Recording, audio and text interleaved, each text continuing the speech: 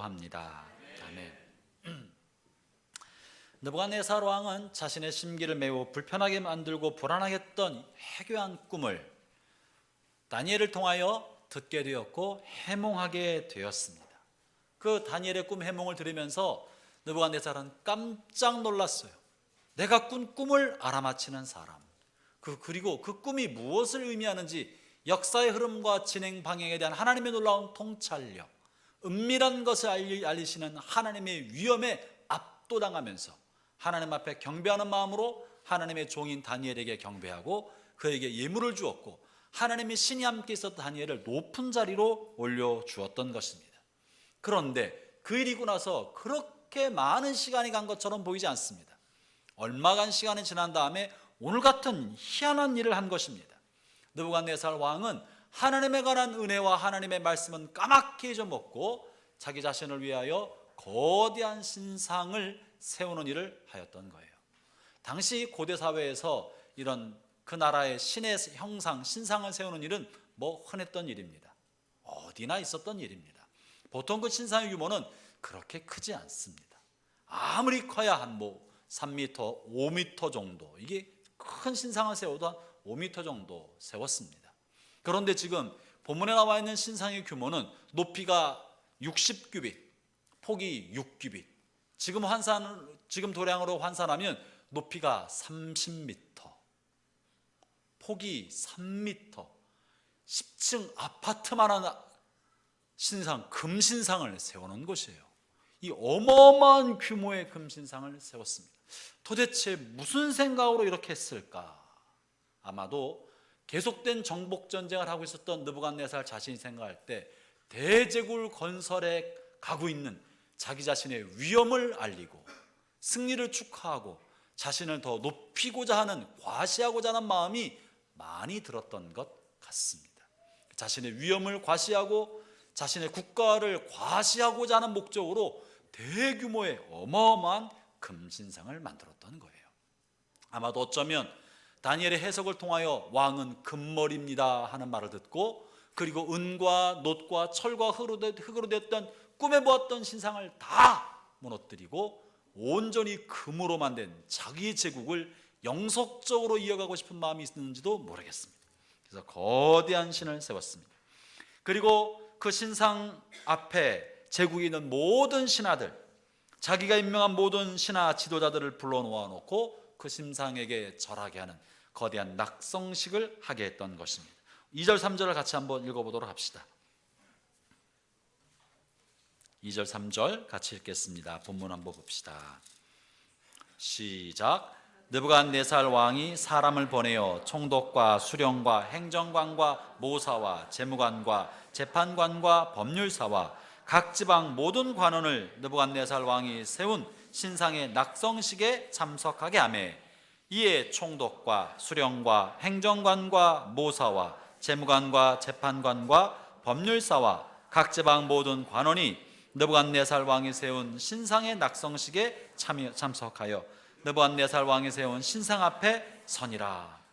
우상의 낙성식에 전국 방방곡곡에 곳곳에 있던 모든 신하들, 이 신하의 직함이 7가지나 나열되어 있어요. 이건 사실은 거진 대부분의 지도층의 고위 인사들을 총망라한 것입니다. 행정부, 사법부, 또 관료, 모든 사람들을 망라한 지도층들을 다 불러 모은 것입니다. 그리고 우리가 앞으로 이 신상을 향하여 경배한다 라고 했던 것이죠. 그리고 거기에는 지방 행정관으로 있었던 다니엘의 세 친구도 그 낙성식에 참석해야만 했습니다. 여러분, 다니엘의 세 친구가 이 신상의 낙성식에 참여하여서 맞닥뜨리게 된 상황은 굉장히 위험천만한 상황이었어요. 거대한 30m의 황금으로 도금된 신상 앞에 수많은 문무 관료들이 가득 차 있었고 그 앞에서 절을 해야만 하는 시간이었던 것입니다. 여러분, 바벨론에 있는 수많은 이 신하들의 위엄도 위엄이겠거니와 그들이 함께 모여서 왕의 준엄한 명령하에 똑같은 행동, 똑같은 말, 똑같은 태도의 반응을 보였어요. 그 앞에 누가 감히 왕의 명령에 거역하는 몸짓은 고사하고 왕이 명령할 때 조금이라도 주저하는 듯한 모습만 보여도 불충으로 몰려서 파직될 가능성이 많지 않았겠습니까? 그 자리는 그저 왕에 대한 절대 충성의 맹세 함성 소리만 가득할 뿐이었을 것입니다. 그럴 때 어명을 선포하는 사람이요, 이렇게 큰 소리로 다시 이야기합니다. 4절 6절을 읽어봅시다. 여러분, 어마어마한 사람이 모인 곳에 거대한 신상이 있는 그 자리에 큰 소리를 울려 퍼지는 왕의 준엄한 어명을 들어보십시오. 4절 6절입니다. 4절부터 6절 시작. 선포하는 자가 크게 외쳐 이르되 백성들과 나라들과 각 언어로 말하는 자들아, 왕이 너희 무리에게 명하시나니 너희는 나팔과 피리와 수금과 사면금과 양금과 생황과 및 모든 악기 소리를 들을 때 엎드려 느부갓네살 왕이 세운 금신상에게 절하라. 누구든지 엎드려 절하지 않은 자는 즉시 맹렬히 타는 풀무불에 던져 넣으리라 하더라. 준엄하고 위험찬 목소리로 음악 소리가 울려 퍼지면 엎드려 절하라. 누구든지 절하지 않으면 즉시로 타는 풀무불 용광로불에 던져 넣을 것이다. 그러면서요, 여러 악기가 나와요. 이 악기들, 나팔, 피리, 수금, 사면금, 양금, 생황, 각종 악기들이 동원돼 당시 최대의 오케스트라였던 거예요. 강력하고 웅장한 음악 소리와 위험찬 군대와 문무 대신들이 가득 늘어선 압도하는 환경, 압도적인 위험과 열정적인 분위기, 음악의 반주에 취해서 모든 관료들은 일제히 한쪽 방향만 바라보면서 일제히 엎드려 절하였던 것입니다. 왕의 만수무강을 빌고 제국의 영원함을 빌면서 엎드려 절하였던 것입니다. 그러면서 절하지 않는 사람은 당장 풀무불에 던져놓는다. 여러분, 이 환경 속에서 3명의 유대인들 청년들은 어떻게 했겠습니까? 그 자리에 꼿꼿하게 서 있는다는 건 상상할 수도 없는 일인 거예요. 생각해 보십시오. 이 유대의 세 청년들은 모처럼 이방 땅에서 어렵게 관직에 오른 사람들이에요. 고향에서 쫓겨나고 포로로 와서 어렵게 청년 미래 지도자 양성소에 들어가서 치열한 경쟁을 뚫고 3년 만에 지방 관리로 발탁되어 간 것이, 자신들의 이런 행운이 올 줄 생각지도 못했겠지만 이방 땅에서 모처럼 성공을 꿈꿀 수 있는 행운을 얻었습니다. 그러다가 이런 위기를 맞는 거예요. 무슨 마음이 들었겠어요? 여기에 가라고 할 때 갈까 말까, 차라리 그냥 빠질까? 가보자. 가되 이번만은 내가 한번 이 많은 사람 앞에 어떻게 서 있냐, 후일을 기약하자. 지혜롭게, 뱀처럼 지혜롭게 생각하자. 후일을 기약하면서 한 번만 고개를 숙이자. 몸을 한 번 숙여도 내 마음은 결코 숙이지 않을 것이다. 그저 나는 몸만 숙일 뿐이지 내 영혼은 여전히 하나님만 섬긴다 라고 생각할 수 있을 거예요. 아니면 객기를 부리고 한방 장렬하게 죽을까? 뭔가 생각할 수 있어요. 여러분이 만약 그런 자리에 있었다면 여러분 어떻게 했겠습니까? 형제자매 여러분, 이 일은 그저 수천 년 전에 있었던 바벨론의 한 지역에 있었던 그 사건만은 아닙니다. 오늘 우리가 속한 집단이 만약에 직접적으로 하나님의 뜻과 반대되는 길을 가고 있다면 우리는 어떻게 해야 합니까?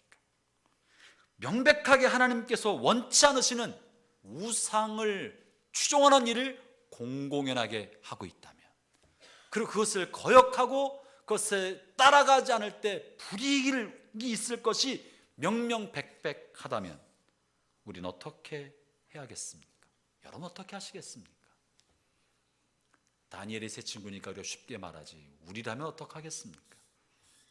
형제자매 여러분, 오늘날 바벨론 제국은 아니지만 제국이 거듭되면서 어느 시대에나 우상은 있었던 것입니다. 다니엘의 꿈에서 보여줬던 그 우상의 핵심은 금으로 세워진 것만이 아니라 우리 마음에 새겨진 시대의 우상이 있습니다. 오늘날 이 자본주의 사회 속에서 우리가 추구하고 있는 우상은 뭡니까?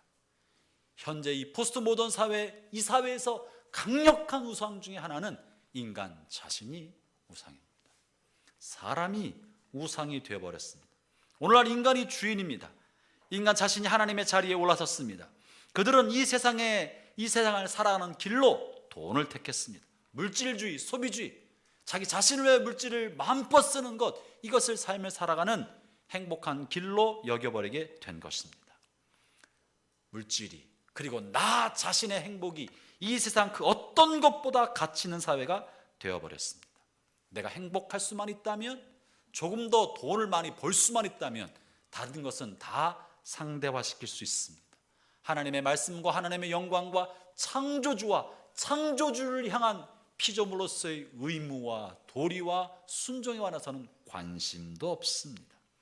여러분, 이런 인간이 본위가 된 이 사회, 인간 중심의 우상과 물질주의의 우상이 지배하는 이 사회에서 여러분은 어떻게 살고 있습니까? 주변 사람들이 다 그렇게 하는데요. 요즘에 돈을 벌려면 땅 투자를 해야 되고, 뭘 해야 되고, 또 학교에 가려면 뭘 해야 되고, 요즘 사회에 가려면 이 정도는 알아야 되고, 그저 주변 사람들이 하는 대로 우리도 그냥 묻혀가서 마치 흐르는 급류에 휩쓸려서 쓸려가는 나무 토막처럼 그냥 그런 줄 알고 급류와 함께 살아가고 있는 것은 아닙니까? 요즘 사회에서 인간 본위주의가 되어서 하나님의 말씀의 뜻보다 개인의 생각, 개인의 신념, 각각 개인의 견해와 감정, 개인의 주관을 훨씬 더 중요하게 여기는 인간 본위주의의 사회에 사람들의 이야기를 하고 있을 때 우리는 하나님의 말씀을 어떻게 받아들이고 있습니까? 어떻게 하는 것이 옳은 겁니까? 여러분, 지금 다니엘의 세 친구는 이것에 대한 도전 앞에 서 있는 거예요. 다니엘의 세 친구처럼 생각하는 사람은 당시에 아무도 없었어요.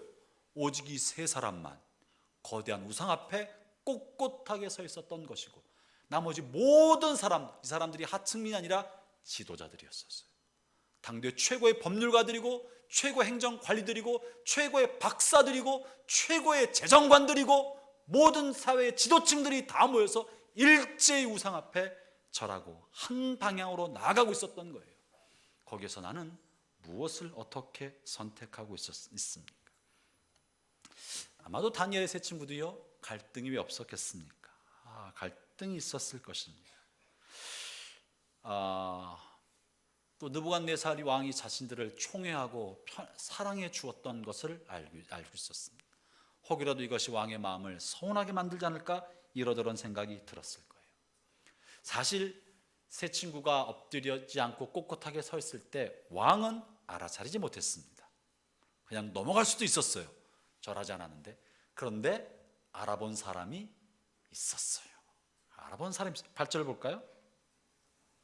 멀리서 이 세 사람을 지켜보고 있던 사람이 있었던 것입니다. 8절 읽어봅시다. 시작. 그때 어떤 갈대아 사람이 나와 유다 사람들을 참소하니라. 여기서 이 참소하다는 헬라어 원어는요, 야킬이란 말인데요, 이 야킬이란 말은 그 뜻이 먹다, 씹어 먹다라는 의미를 가지고 있어요. 이 말을 그냥 직역하면 갈대아 사람들이 유다 사람을 씹었다, 이런 말이에요. 우리말 굉장히 어감 비슷하죠? 씹었다는 거예요. 씹었다. 기분 나쁘게, 나쁜 의미로 잘근잘근 물어뜯는 거예요. 씹는 거예요. 여러분, 그게 참소예요. 누군가 뒤에서 씹고 있는 거 정죄하는 거예요. 비판하고 참소하고 물어뜯으려고 하는 거예요. 여기서 이 약킬하고 있는 이 사람들, 유대 사람 세 친구들을 씹고 있는 이 사람들은 갈대아 술객들입니다. 갈대아 술객들은 어떤 사람들이냐면, 불과 얼마 전에 다 죽을 뻔했던 그 사람들을 다니엘이 멈춰서게 해서 꿈의 몽으로 살려뒀던 사람들이에요. 그죠? 갈대아 술사들은 다 죽을 뻔했는데 다니엘이 근위대장 아리옥을 멈춰 세우고 나서 내가 할 테니까 이들을 죽이지 마시오 하고 살려줬던 사람들이에요. 다니엘과 다니엘의 세 친구들이 이 갈대아 술사들에겐 생명의 은인이었던 거예요. 그런데 그들은 이 은인, 자신을 구해줬던 은혜에 대한 고마움과 감사의 마음은 고사하고, 다니엘과 이 친구들에 대한 질투가 불처럼 일어나서 이들을 해코지하고 싶은 마음을 오랫동안 가지고 있었던 거예요. 왜 그랬겠습니까? 다니엘과 다니엘의 세 친구는 누군데, 어디서 왔는데? 저 멀리 가나안 땅, 유대 땅, 미개한 나라, 천박한 나라, 가난한 나라에서 잡혀온 포로 출신이에요. 이 갈대아 술사는 본토백이에요. 지금 바벨론이 갈대아 지방에 있는 거예요. 본토백이고 거기서부터 나고 자란 본토의 지성인들이고 술객사들이고 기득권을 가지고 있었던 사람들이었던 거예요. 내 자신들이 올라가야 할 그 자리에 포로 출신 미개한 유대인들이 등극해서 왕의 총애를 얻었던 거예요. 그래서 그들 마음속에는 저런 근본도 없는 유대인들이 우리 자리를 차지해? 라는 질투심이 들었던 거예요. 그래서 이 갈대아 술사들은 어쩌면 다니엘과 다니엘의 세 친구를 늘 지켜보고 있었을 가능성이 많습니다. 오늘 본문에서 볼 때도 이 사람들이 많은 사람 있는 곳에서 멀리 떨어져 있었겠지만 절하지 않고 꼿꼿하게 서 있는 희미한 세 청년을 이들은 바로 알아보고 사드락과 메삭과 아벳느고라고 이름을 딱 찍어내는 거예요. 11절을 볼까요?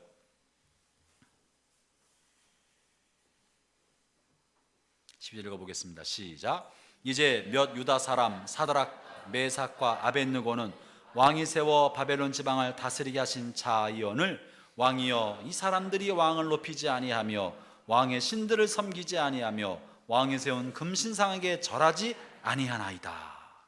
여러분 이 말 속에는요 이 유대 사람이라고 명칭하면서 이들을 낮추어 보는 깔보는 마음과 그리고 모함하는 마음, 절만하지 않았는데 왕을 높이지도 않고 이래서 모함하는 마음까지 들어있어요. 이 뿌리는 질투심입니다. 근본도 없는 유대인들이 내 자리를 넘바하는 질투심의 그런 것입니다. 형제 자매 여러분, 세상은요 예수 믿는 우리를 좋아하지 않습니다.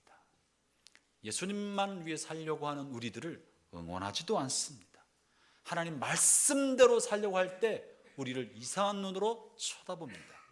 그리고 직접적으로 말로 하진 않지만 호시탐탐 기회만 노리고 있고 멀리서 끊임없이 우리를 관찰하고 있다는 사실을 아셔야 합니다. 아무도 없는 것 같아도 예수 믿겠다고 하나님의 말씀대로 살겠다고 선언한 순간 온 세상 우리의 적이 되어서 우리의 감시자가 되고 감독자가 되어 끊임없이 우리를 노리고 있는 거예요. 기회만 오기를, 꼬투리만 생기기를, 우리를 무너뜨리고 험담하고 씹을 것만 찾고 있는 것이 세상입니다. 이 세상을 지배하고 있는 마귀가 사람들의 마음에 그런 생각을 집어넣는 거예요. 너 한번 걸리기만 해봐라. 박살을 내겠다. 내 자리를 넘본 것, 잘난 척하는 것, 너만 선한 척하는 것, 너만 정의로운 척한 것 박살 내겠다. 걸리기만 해봐라. 여러분 이것이 마음이 약한 자의 마음의 태도인 것입니다. 형제자매 여러분, 우리가 속한 회사와 사회 공동체가 모두가 잘못된 방향으로 가고 있을 때, 그리고 그것을 따르지 않을 때 나에게 불이익이 찾아오고 신분과 지위의 박탈, 조직에서의 축출을 각오해야 할 때 여러분 어떤 선택을 하시겠습니까? 회사가 부정한 거래를 하고 있을 때 상사가 나와 함께 잘못된 리베이트를 받자고 요구할 때 눈 한번 감아주고 너 사인 한번 해라 할 때 여러분 어떤 선택을 하겠습니까? 여러분의 가정이 남편과 아내가 재직집사고 신실한 생활했던 가족이 하나님 말씀을 거스려 잘못된 길을 가고 있고 그것을 정당화시키려고 할 때 여러분 어떤 태도를 취하겠습니까? 여러분도 어떤 회사 단체 노조원에 속했는데 노조가 지나친 요구를 하고 있을 때 여러분 어떤 선택을 하시겠습니까? 우리는 수많은 선택 상황에 놓이는데 그 중에 어떠한 선택의 상황에는 하나님의 뜻과 분명히 거스려 가고 있는 것인데 그것에 대한 나의 선택을 요구할 때 여러분의 선택은 어디에 있습니까? 여러분 이 세 청년은요 이 성공적 입지적 자리에 오르기 위해서 굉장히 노력했던 사람입니다. 그리고 이 기회 얻을 수 없는 이 기회를 겨우 얻어낸 사람들입니다. 어쩌면 그들은 눈 한번 감으면 됐었어요.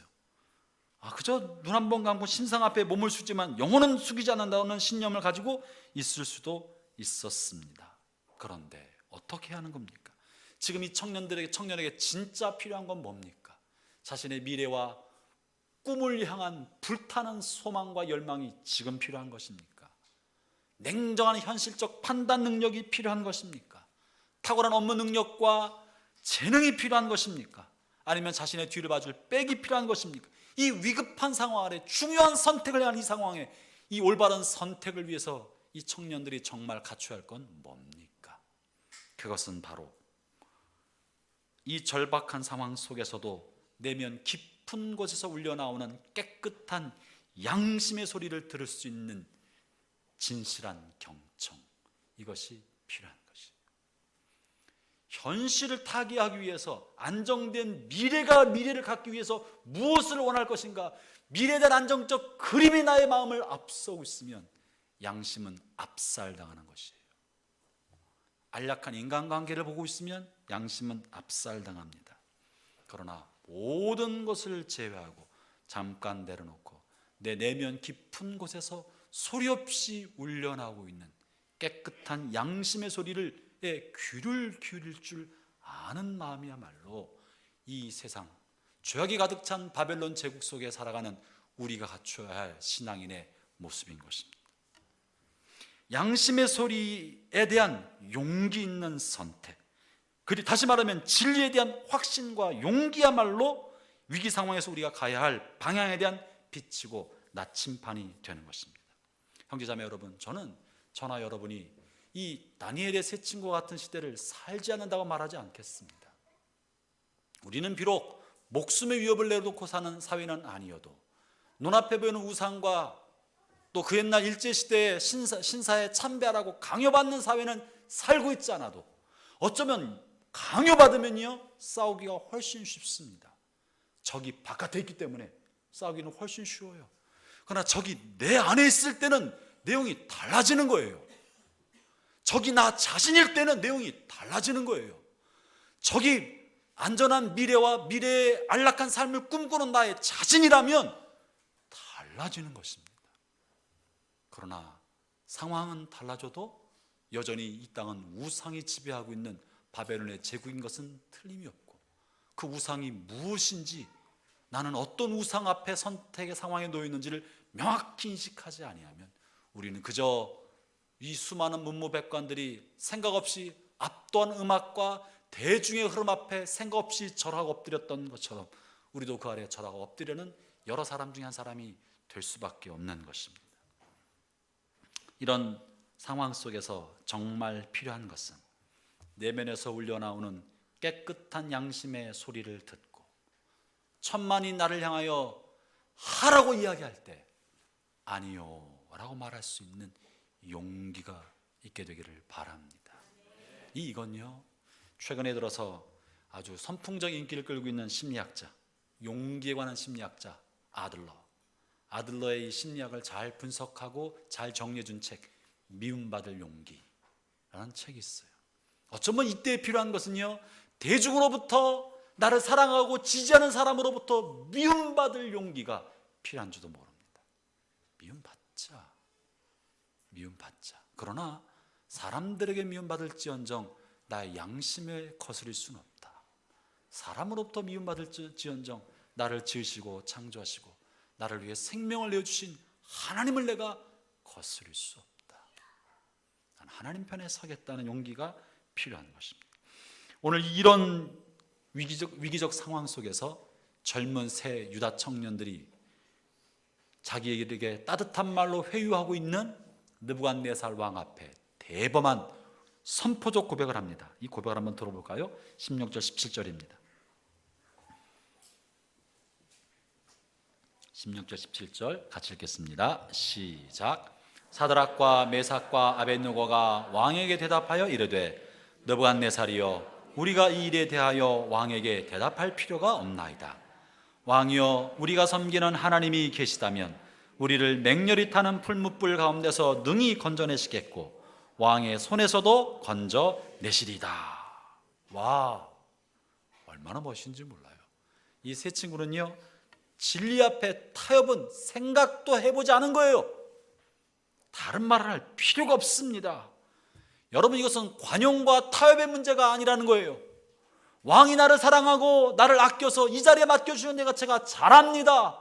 그러나 이것은 왕이 하신 이야기에 관용과 타협으로 대할 것이 아닙니다. 이것은 진리에 관한 문제이기 때문에 저에게는 두 번의 고려할 가치도 없습니다. 다만 진리 앞에서는 대범한 용기가 필요할 뿐이라고 말하고 있는 것입니다. 형제자매 여러분, 관용과 타협해야 할 자리가 있습니다. 다양성의 자리에서는 관용하고 타협해도 돼요. 하나님에 관련된 것이 아니라 삶을 살아가는 방법에 관련된 것이라면 우리가 관용하고 타협하고 함께 가야 합니다.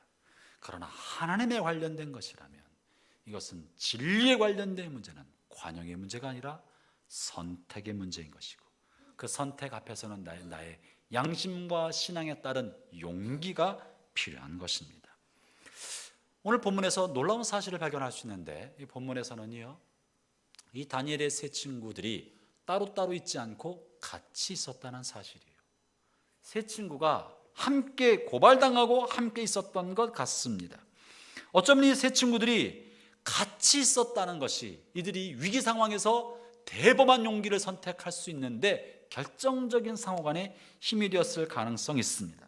이들은 혼자 있지 않고 서로 믿음의 공동체를 이루고 있었기 때문에 서로를 향한 진리에 대한 용기를 북돋아 줄 수 있었을 것입니다. 혼자 있으면요, 유혹은 훨씬 커집니다. 유혹의 크기가 거대해 보입니다. 그것을 나 혼자 감당하기는 두렵고 무섭게 여겨집니다. 혼자 있으면 두려움은 수십 배가 됩니다. 그러나 둘이 있으면 두려움은 10분의 1로 줄어듭니다. 셋이 있으면 두려움이 순식간에 사라집니다. 성경이 그렇게 말하고 있습니다. 전도서 4장 12절을 봅시다. 함께 읽어보겠습니다. 시작. 한 사람이면 패하겠거니와 두 사람이면 맞설 수 있나니 세 겹줄은 쉽게 끊어지지 아니하느니라. 여러분, 이 세상은 우상이 가득하고 물질주의, 소비주의, 향락주의와 인간 본위주의가 다스리는 우상의 시대를 우리가 살아갑니다. 이런 비진리가 거대한 주류가 되어서 쓰나미처럼 이 사회를 휩쓸어가고 있습니다. 여기에 역류하여 거슬려 산다는 것은 굉장히 어려운 일입니다. 그러나 믿음을 가진 사람들이 진리에 앞장서서 복음에 대해서 우리의 삶을 걸 때 나 혼자 아니라 이와 같은 생각으로 복음과 그리스도의 영광을 위하여 인생을 던진 사람들이 나만 아니라 한두 사람이 내 옆에 있을 때 우리는 알량한 세상의 물질주의 유혹을 맞설 수 있는 용기를 갖게 됩니다. 저는 우리가 그런 서로 용기를 북돋아주는 사람들 되기를 바랍니다. 다른 사람들 다 돈을 많이 모으는 것에 관심 갖고 있을 때 나는 복음을 위해 돈을 쓰는데 더 관심을 갖는 삶을 살게 되기를. 다른 사람들은 높은 자리에 올라가는 것이 그들의 관심의 주된 목적이 되고 있을 때 나는 섬김의 삶을 사는 것으로 나의 방향을 살아가게 되기를. 다른 사람들은 다 많은 사람의 스포트라이트를 받는, 인정받는 그 자리에 대해서 탐심하고 마구 달려가고 있을 때 나는 사회의 후비진 곳, 구석진 곳, 어둡고 그늘진 곳을 찾아 조용히 말없이 섬기는 삶을 살아가도록 그 길을 걸어가는 것. 이것이 나만 아니라 우리가 함께 두 사람, 세 사람이 같이 갈 때 함께 있는 믿음의 공동체는 세상과 역류하는 사람들에게 말없는 힘과 에너지를 공급하게 되는 것입니다. 형제자매 여러분, 저는 우리 교회가 그런 진리를 사모하는 공동체가 되어서 서로 용기와 에너지를 주게 되기를 바랍니다.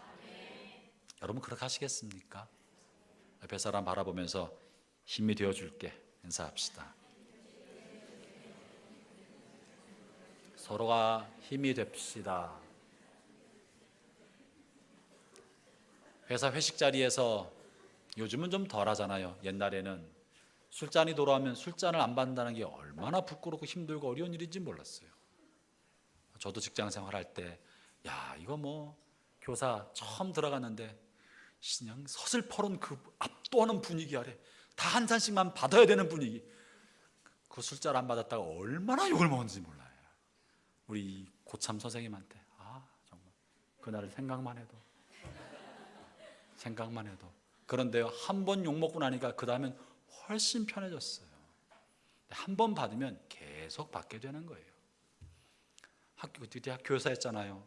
수업 끝나고 그냥 소주집에 다니고 시험 끝나고 나면 고스톱 친다고 저 정릉 청수장 밑에 고스톱 한 벌리고 치고 있을 때 전 안 쳐요. 구경할게요. 한번 그러면 그런 줄 알고 저 같은 부류의 사람들이 모여요. 동참하면 저도 자기와 같은 부류인 줄 알고 갈 때마다 부르는 거예요. 여러분의 정체성을 분명히 하기를 바랍니다. 저는 직장 생활할 때 저 같은 부류 사람들이 제가 선명하게 나타나니까 모이더라고요. 그래서 우리끼리 놀았어요. 좋은 건 아니었지만 우리끼리 노니까 서로 힘이 되고 용기가 되었어요. 여러분, 세상과 거슬려 살 때 우리가 진리를 사모하는 믿음의 공동체가 됩시다. 잠언 27장 17절에서 말씀합니다. 철이 철을 날카롭게 하는 것 같이 사람이 그의 친구의 얼굴을 빛나게 하느니라. 우리가 서로를 생각하면 야, 저 집사님 보면 멋있어. 저렇게 살아야지. 그래, 저분 힘든데도 어떻게 저렇게 밝게 살 수 있을까? 저렇게 힘든데도 어떻게 저렇게 기쁘게 찬송하고 감사의 삶을 사고 저렇게 헌신할 수 있을까? 서로가 서로에게 얼굴을 빛나게 해주는 그런 동역자들 되기를 바랍니다. 본문을 생각해 보면서요, 한 가지 의문이 듭니다. 그거는 도대체 이 위기적인 상황에 다니엘은 어디 있었을까? 왜 본문에 다니엘은 안 나올까? 읽을 때마다 고민이 됐어요. 다니엘은 어디 갔을까요? 다니엘은 2장 마지막 절에 의하면 세 친구들은 지방 관료로 임명받을 때 다니엘은 왕궁에 있었다고 되어 있습니다. 지금 이 신상의 낙성식은 두라라는 평지에서 진행하고 있습니다. 왕과 문무 대신들이 전부 다 두라 평지에 모였습니다. 왕궁은 누가 지킬까요? 다니엘이 지키고 있었던 거예요.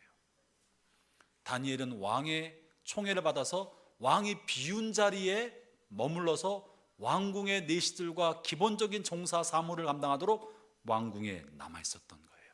그래서 이 위기 상황을 피할 수 있었던 거예요. 할렐루야. 하나님은 이 위기 상황을 피할 수 있는 길을 내어주시는 것입니다. 감당치 못할 시험을 주시지 않으시고 피할 길을 주신 거예요. 할렐루야. 우린 여기에서 우리의 삶 속에도 하나님께서 다니엘처럼 피할 길을 주시는 하나님이심을 신뢰해야 합니다. 그러나 동시에 어떤 사람에게 있어서는 피할 길을 주시지만 어떤 사람에게는 피할 길을 주지 아니하시고 정면으로 맞닥뜨리게 하는 사람도 있다는 사실을 아셔야 합니다. 문제는 어떤 경우에 피할 길을 예비한 사람은 믿음이 좋은 사람이고 시험과 역경을 맞닥뜨린 사람은 믿음이 없어서 시험에 빠진 것처럼 착각할 수 있습니다. 여러분, 이 세 친구는 다니엘보다 믿음이 적었기 때문에 이 불시험을 받은 것입니까? 그런 것이 아닙니다. 이 두 집단의 믿음의 차이는 아무것도 없습니다. 다만 하나님의 뜻과 하나님의 경륜이 어떤 사람에게는 시험을 피할 길을 허락하여 주신 거예요. 어떤 사람에게는 불같은 시험에 맞닥뜨려서 용광로 속에 던져지도록 허용하신 것입니다. 그러므로 우리는 사람들에 따라 처지와 여건이 다르게 진행되는 다양한 하나님의 경륜을 인정해야 합니다. 어떤 사람은 한 번 시험 봤는데 그 자녀가 대학을 척척척 가게 하는 사람이 있는 반면에 어떤 사람은 재수, 삼수, 장수하시다가 새로운 길을 찾게 하는 사람도 있는 거예요. 부모의 믿음이 없고 기도하지 않아서 그런 것이 아니라 하나님의 은혜의 경륜이 각자 다른 길을 가게 할 수 있다는 사실을 인정해야 합니다. 그것이 오늘 본문에서 보여주고 있는 바인 거예요. 이 상황에서 이제 세 친구들이 이렇게 말합니다. 17절을 읽어보겠습니다. 17절 18절을 이어서 읽겠습니다. 시작. 왕이여, 우리가 섬기는 하나님이 계시다면 우리를 맹렬히 타는 풀무불 가운데서 능히 건져내시겠고 왕의 손에서도 건져내시리다. 그렇게 하지 아니하실지라도 왕이여, 우리가 왕의 신들을 섬기지도 아니하고 왕이 세우신 금신상에게 절하지도 아니할 줄을 아옵소서. 여러분, 이 17절과 18절은 신앙의 이중성을 보여주는 중요한 본문입니다. 하나님이 계시다면 이라고 번역된 17절은요, 원문은 if so, 만약 그러하다면 이란 뜻입니다. 그래서 옛날 개역 한글판에는 만일 그럴 것이면으로 변형되는데 그럴 것임이 무슨 뜻인가 라고 명확하지 않으니까 새롭게 번역할 때 이것을 하나님이 계시다면, if so를 하나님이 계시다면이란 말로 번역한 거예요. 근데 이 번역이 좀 불편해요. 이 사람들이 하나님이 안 계실 수도 있다고 여긴 것처럼 불편해요. 다른 이 if so를 다르게 번역한 거는요, 표준 세번역에는 만약 그렇게 된다면 if so를 그렇게 번역했고, 쉬운 성경에는요 만약 우리가 용광로에 던져진다 하더라도 라고 번역했습니다. 그러니까 만약 그렇게 된다면이 하나님이 계시다면이라고 번역할 수도 있지만 왕이 우리를 풀무불에 던져 넣으신다면 이라고 번역해도 되는 거예요. 근데 이 두 번째가 더 적절한 것 같아요. 어쨌든지 간에 이 세 친구의 입장에서는 우리가 풀무불에 던져지게 되었을 때 하나님이 우리를 건져내 주실 것입니다 하는 믿음의 확신을 가지고 있었던 것입니다. 형제자매 여러분, 17절 같은 믿음의 고백이 저나 여러분에게 있기를 바랍니다. 우리가 하나님을 의지할 때, 그분의 말씀에 따라 하나님을 의지하고 살아갈 때, 비록 우리가 풀무불에 던져지고 살아날 수 없는 환경에 던져진다 할지라도 하나님은 반드시 그를 의지하는 사람을 도와주신다, 붙잡아 주신다, 살려주신다, 하나님의 영광에 이르게 하신다는 불같은 확신을 가져야 합니다. 그게 믿음의 확신입니다. 이 세 친구는요, 역사상 용광로에 던져진 사람도 없었고 용광로에서 구원받은 사람도 없었어요. 그럼에도 불구하고 듣지도 보지도 못했음에도 하나님을 의지할 때 하나님이 나를 도와주실 거라는 믿음의 확신이 있었습니다. 형제자매 여러분, 세상과 역류하며 살아갈 때 우리가 신분이 박탈되고 회사에서 쫓겨나고 삶이 헤어날 수 없는 궁지에 빠질 수 있습니다. 그럼에도 불구하고 하나님이 도우실 것에 대한 믿음의 확신을 갖기를 축원합니다. 동시에 이 놀라운 이 믿음은 이중성을 가지고 있어요. 마치 DNA 이중 나선 구조가 꼬여서 올라가는 것처럼 다른 내용인데 같이 가는 거예요. 그 18절입니다. 18절 읽어보겠습니다. 시작. 그렇게 하지 아니하실지라도 왕이여 우리가 왕의 신들을 섬기지도 아니하고 왕이 세우신 금신상에게 절하지도 아니할 줄을 아옵소서. 그리 아니하실지라도, 그렇게 하지 아니하실지라도, 왕이여 왕이 나를 용광로에 던진다 할지라도 하나님께서 나를 건져 주실 것입니다. 나는 이것을 믿습니다. 그러나 하나님께서 나를 건져 주지 않고 풀무불에서 그저 한 줌의 흙이 제가 되도록 방치한다 할지라도 나는 그렇게 하지 않겠습니다. 하나님 편에 있겠습니다. 진리의 편에 서겠습니다. 죽음을 각오하겠습니다라고 고백한 거예요. 이 두 번째 믿음은 뭐냐 하면 하나님의 주권에 대한 고백입니다.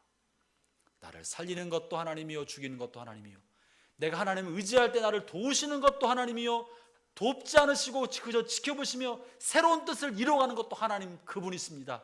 하나님의 절대 주권에 관한 믿음의 고백, 이것이 두 번째 믿음인 거예요. 그래서 우리는 이 두 가지 믿음을 같이 가지고 있어야 합니다. 이중나선 구조가 꼬여서 영원히 함께하는 것처럼 하나님 나를 반드시 도우실 것이다. 또 하나, 하나님 나를 돕든지 아니 돕든지 하나님의 주권이며 하나님의 주권은 신실하다. 나는 그 주권을 믿는다. 이 두 가지가 같이 가는 것이에요. 형제자매 여러분, 하나님 여러분이 구하고 간구할 때 우리의 기도를 들으십니다. 아멘. 우리가 구하는 걸 들으시는 분이에요. 구하는 대로 주시는 분이십니다. 그러나 토기장이 손에 위에 있는 진흙처럼 우리를 가지고 원하신 대로 하나님이 얼마든지 빚을 수 있습니다. 들어주셔도 감사, 듣지 않으셔도 감사, 살리셔도 감사, 죽이셔도 감사, 나를 높이셔도 감사, 낮추셔도 감사, 나를 들어서 하나님이 쓰셔도 감사, 쓰지 않고 구석대기에 처박아놔도 감사. 이 모든 것은 하나님이 하신 일이고 그 하나님 영광 받아 주십시오. 이것이 세 친구의 믿음의 고백입니다.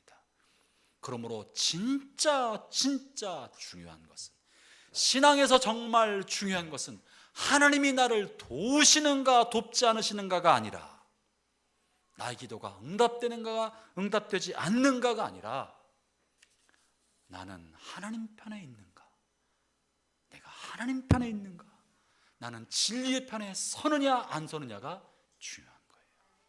하나님이 우리에게 보시는 바, 내가 내 선택에 따라서 내게 주어질 결과와 상관없이 진리의 편에, 하나님 편에 함께 서고자 하느냐.